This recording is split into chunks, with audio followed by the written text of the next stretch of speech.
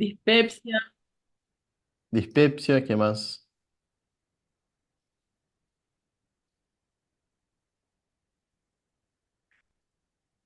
dolor abdominal, Dolor abdominal, ¿qué más? melena, ¿Qué más? rectorragia, ¿Qué más? hematoquesia. ¿Qué más? ¿Qué más? Vamos, doutora. Quiero más. Ustedes son tres doctoras ya.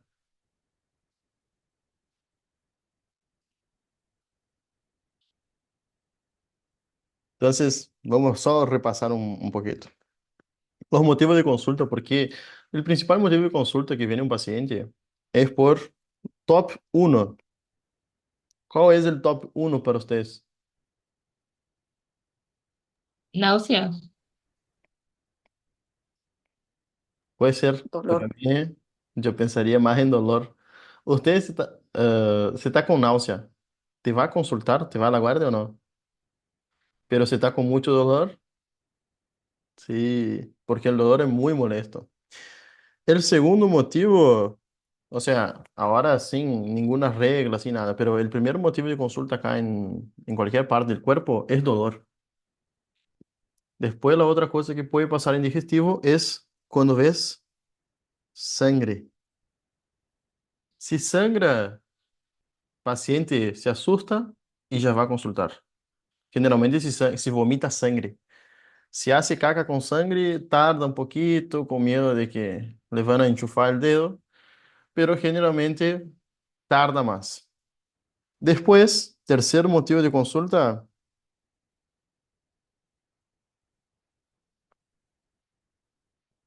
disfagia. Cuando nosotros no conseguimos tragar o tenemos alguna dificultad, generalmente consultamos por cuenta de eso, pero después de algún tiempito. Cuarto motivo de consulta, ¿qué dicen ustedes? Dolor, sangrado, disfagia, náuseas y vómitos.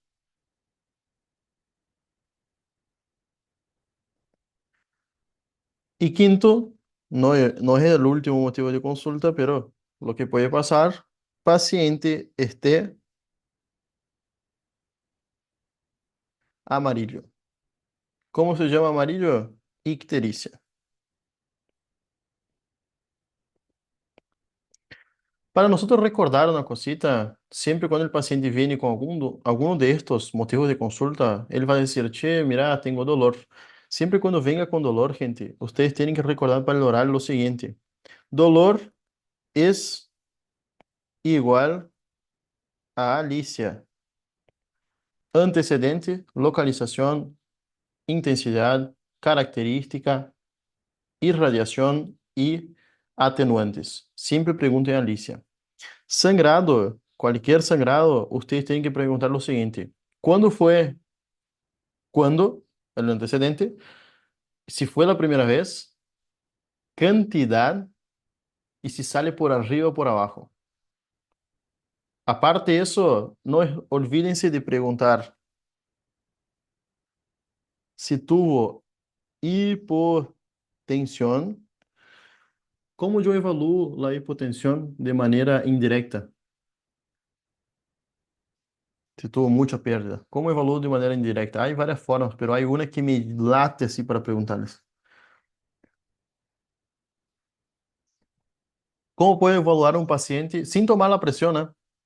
Sin tomar la presión. Paciente perdió mucha sangre y él me cuenta algo y ahí yo me doy cuenta está en estado de hipotensión, que perdió mucha sangre. ¿Está pálido? Pálido puede ser. El pulso. Pulso, filiforme, débil. ¿Qué más? ¿Viste? Cuando yo quedo con algo en la cabeza, imaginen que yo soy el docente. Cuando el docente queda con algo en la cabeza, si ustedes no dicen, no va a salir de ahí. ¿Qué más? Miren lo siguiente. Paciente vomitó sangre, mucha sangre. Perdió un litro y pico de sangre. 2 litros vamos a poner. Si el paciente está sentado y levanta, ¿qué puede pasar? Que tenga hipotensión ortostática. Ujú. ¿Qué significa la hipotensión ortostática? Que perdió mucha sangre. Entonces me cuantifica que el paciente perdió más de 1,5 litros de sangre. ¿Entienden más o menos la lógica? Entonces, el sangrado siempre pregunten cuánto fue, cuándo fue el primero, si fue el primero. Y otra cosita, medicación. Si utiliza alguna medicación. ¿Por qué? Si el paciente, por ejemplo, utiliza AINES, yo me da una idea de que el sangrado digestivo es alto. ¿Por qué? Puede ser que tenga una úlcera sangrante. Si, por ejemplo, el paciente es más añoso, tiene grados, tiene signos de insuficiencia hepática, una cirrosis, por ejemplo. Essa é pergunta do exame. Como viene el paciente cirrótico? Preguntita de Sosa encima. Preguntó a una alumna una vez, ella tildó, eso hace 2, 3 años, ella tildó y ella me contó, tildó y no salía. Ella dijo, viene amarillo, viene amarillo, viene amarillo. Y solo salía Es eso. lo que iba a contestar ahora. Amarillo. ¿Viste? ¿Cómo viene un paciente cirrótico? Les voy a dar un tip cuando le pregunte paciente cirrótico, porque probablemente o ellos te van a dar un caso de un paciente cirrótico o te van a preguntar cómo viene el paciente. En mi final de Clínica 2 fue la siguiente pregunta: ¿cómo viene un paciente con edema agudo de pulmón? Y vos tenés que en la cabeza pensar lo siguiente, grave en ese tip. Cuando viene, espera, cuando en el oral te pregunte cómo viene un paciente, la primera cosa que tenés que pensar en la clínica de la patología. Entonces, ustedes hagan mentalmente lo siguiente. Bueno, si me pide cómo viene un paciente con cirrosis, tengo que mentalmente, sin expresar, sin hablar, primero, recordar el síndrome. Bueno, cirrosis es un síndrome clínico caracterizado por la falla hepática crónica. Es cuando ocurre fibrosis, nódulos. ¿Y cuál es la otra característica de la cirrosis? Asiris. No, es que yo me olvidé, por eso pregunté. Es Necrosis. cirrosis. Eso, fibrosis, Nódulos. nódulos y necrosis, ¿tá? Yo teniendo esas tres características, ya sé que cirrosis es un síndrome clínico caracterizado por fibrosis, necrosis y nódulos de regeneración. A partir de ahí, la palabrita clave que se te pregunta, así como viene el paciente, ahí ustedes tienen que venir con la clínica. ¿Cuál es la clínica de un paciente cirrótico? Chavostek, Shostek, ¿se recuerdan? ¿Cómo puede venir entonces? Puede venir ictérico, amarillo. ¿Qué significa ictericia? Bilirrubina arriba de 2 es la ictericia subclínica y más de 3 es la ictericia franca. Después puede tener contractura de Dupuytren, hipertrofia ginecomastia, hipertrofia parotídea. El vello, los pelos, tiene una femininización de los pelos. Otra cosa que puede pasar, varices.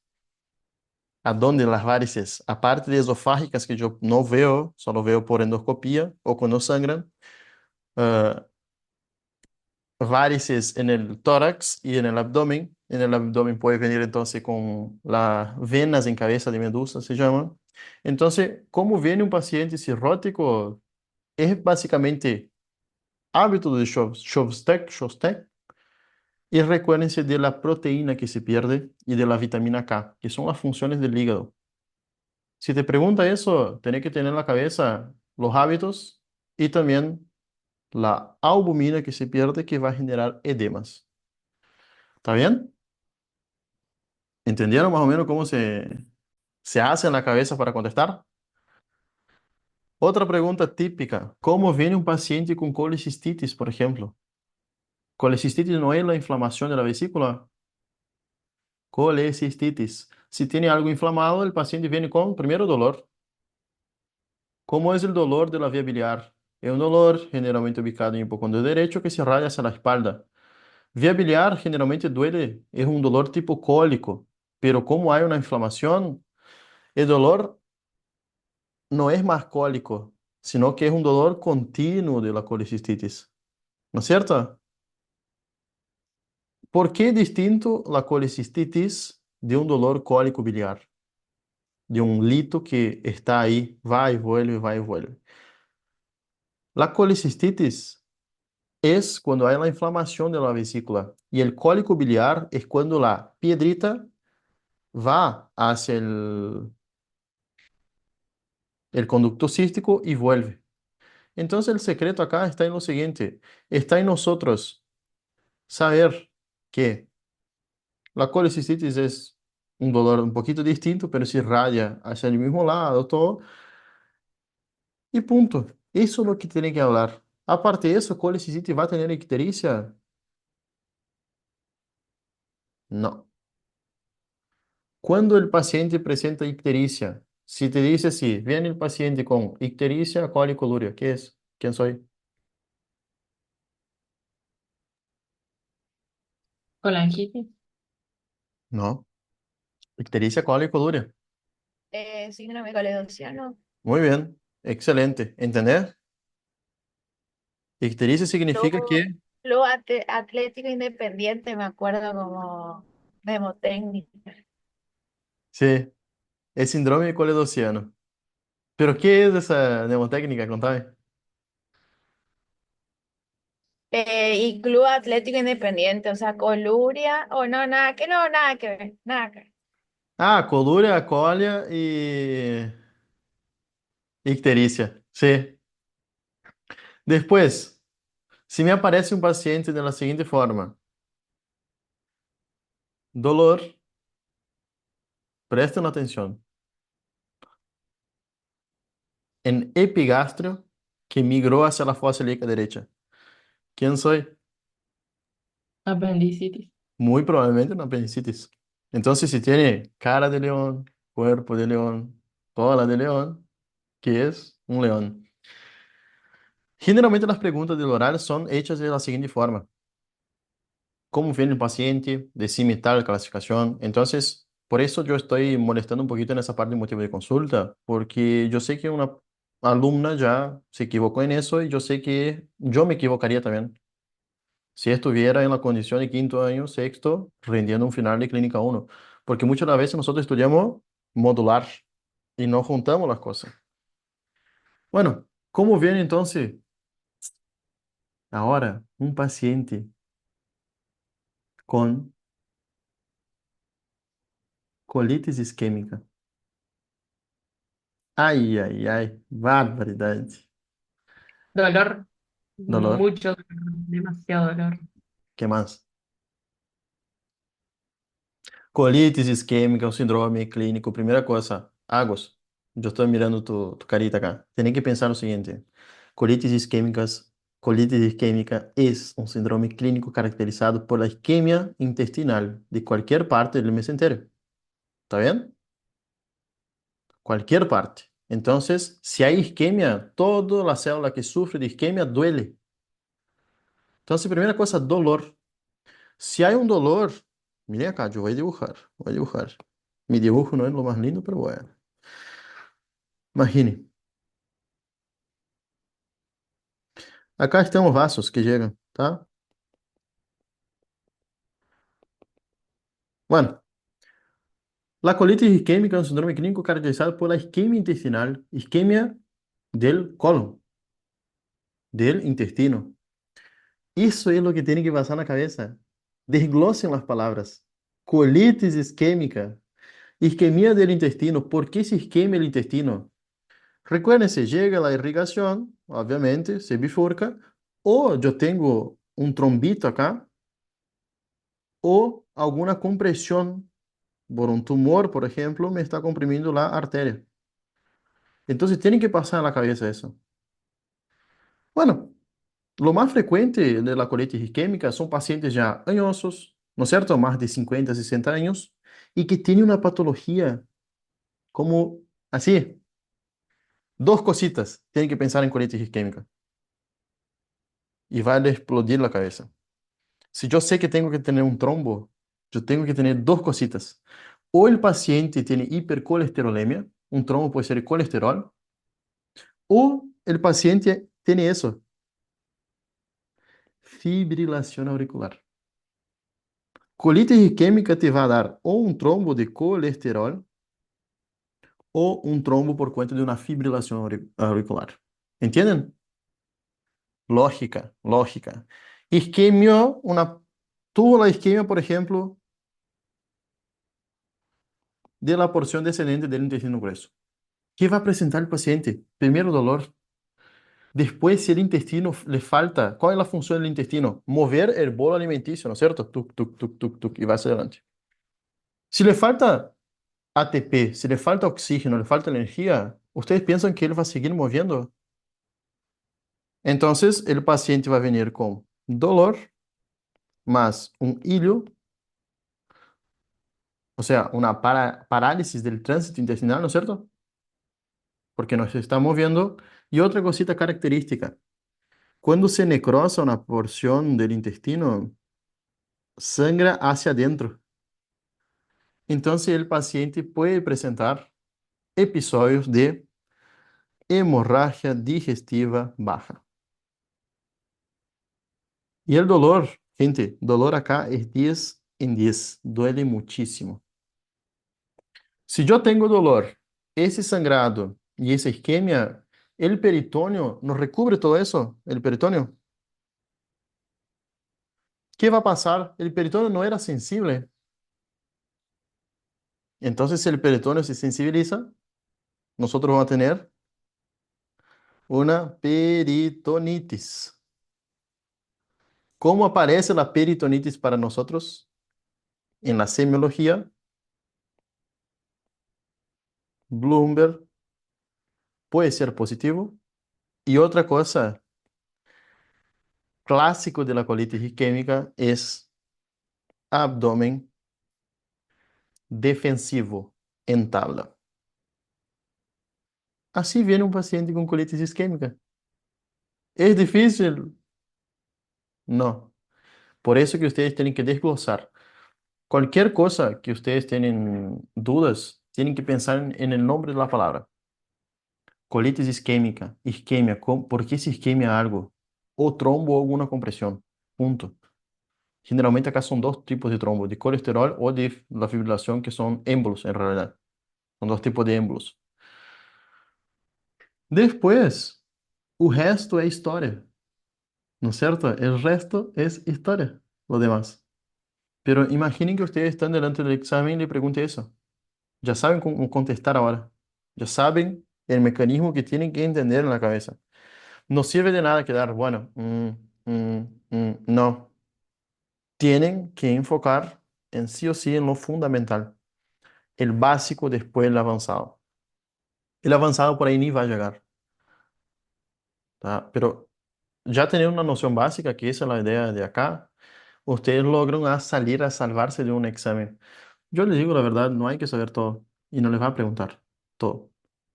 Eso es lo que estamos haciendo en lógica. Bueno, es difícil.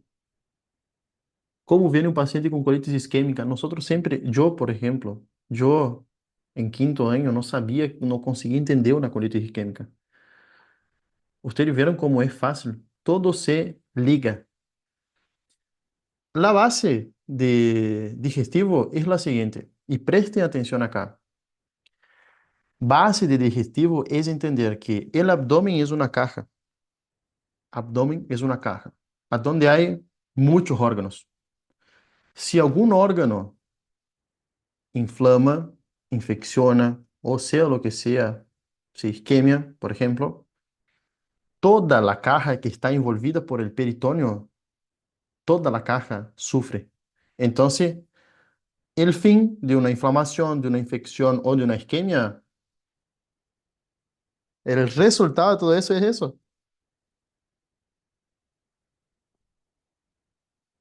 siempre va a ser peritonitis. Siempre esa camada, esa capa se va a inflamar. ¿Entienden la lógica ahora? Todo, todo termina en peritonitis. Todo, absolutamente todo en el abdomen termina. La evolución final es la peritonitis. No es difícil cuando nosotros razonamos de esa manera. Entonces, si yo sé que es la peritonitis, yo sé que los signos clásicos que tengo que saber es el Bloomberg y el abdomen en tabla. Otra cosita, eso es más para semia, pero recuérdense, Bloomberg no es apendicitis. Bloomberg significa peritonitis.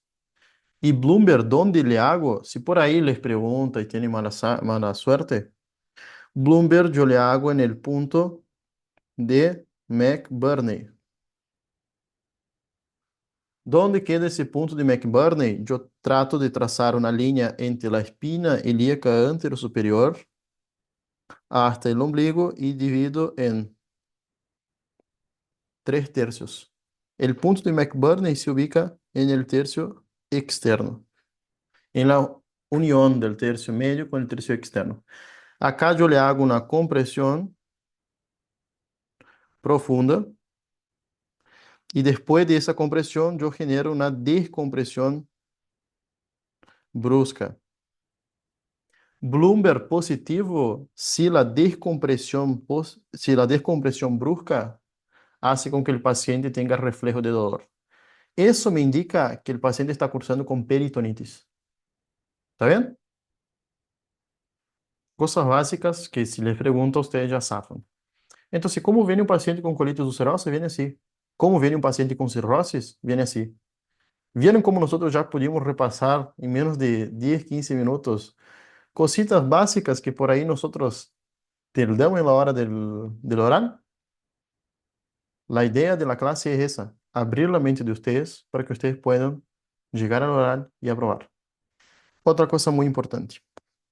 Bueno, vimos ahora entonces colitis isquémica, una partecita ahí de cirrosis, vía biliar también vimos una partecita, ¿no? ¿No es cierto? Bueno, disfagia. Gente, disfagia é outra bobagem, pelo tudez, que te pode perguntar e vou te poder tildar. ¿Por qué te puede tildar acá en disfagia? Justamente porque la disfagia nosotros siempre asociamos. Bueno, disfagia tengo que saber la tableta esa para poder explicar al docente. No, la tablita sirve para el oral, para el escrito. La tableta, síntomas esofágicos, síntomas extraesofágicos. Disfagia motora, disfagia mecânica. En la hora que viene el paciente que te va a presentar, bueno, ¿cómo viene un paciente con câncer esofágico? ¿Cómo viene un paciente? Es lógico, va a venir con disfagia. Piensen siempre en la definición de la palabra. Disfagia. Dis significa alteración de la deglutición. Entonces tiene algún trastorno en la deglutición. Cuando yo hablo de disfagia, tengo que recordarme, y sí o sí ustedes van a tener que hacer un esfuerzo, que la disfagia puede ser mecánica o motora. Hasta ahí nosotros concordamos. La disfagia mecánica es cuando yo tengo una piedra obstruyendo mi tubo digestivo, porque el tubo digestivo es así, es un tubo AT, es un tubo, ingresa por acá y sale por acá. Entonces la función del tubo es con que el alimento pase y obviamente sea absorbido todos los nutrientes, bla, bla, bla, forme la materia fecal y listo. Pero cuando nosotros tenemos una alteración de la deglutición, tenemos que saber si la disfagia es porque ese tubo digestivo no está funcionando o si yo tengo una obstrucción adentro del tubo digestivo. Causas de tubo digestivo que no funcionan, por ejemplo, es la acalasia. Me da una disfagia motora. Otra causa, cuando yo tengo, por ejemplo, una pelota ahí adentro del esófago que me genera disfagia, es un tumor. esofágico. Y otras causas de disfagia sería, por ejemplo, el esófago en cascanueces, esófago hipertensivo sería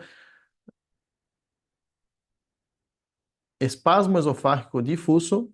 Y recuérdense de que todo, toda mi disfagia significa que yo puedo tener una afectación o mecánica o motora.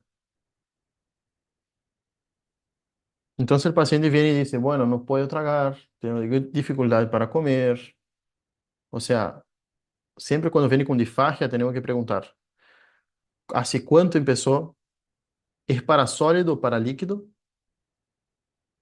Y también si el paciente tiene hambre, porque muchas de las veces los tumores esofágicos el paciente muere de hambre, ¿tá? Muere porque no puede comer. Entonces, disfagia es una dificultad para tragar que puede ser mecánica o motora y también puede ser alto o bajo, orofaríngea o esofágica. Próximo link, link número 3, y ahí nos vemos.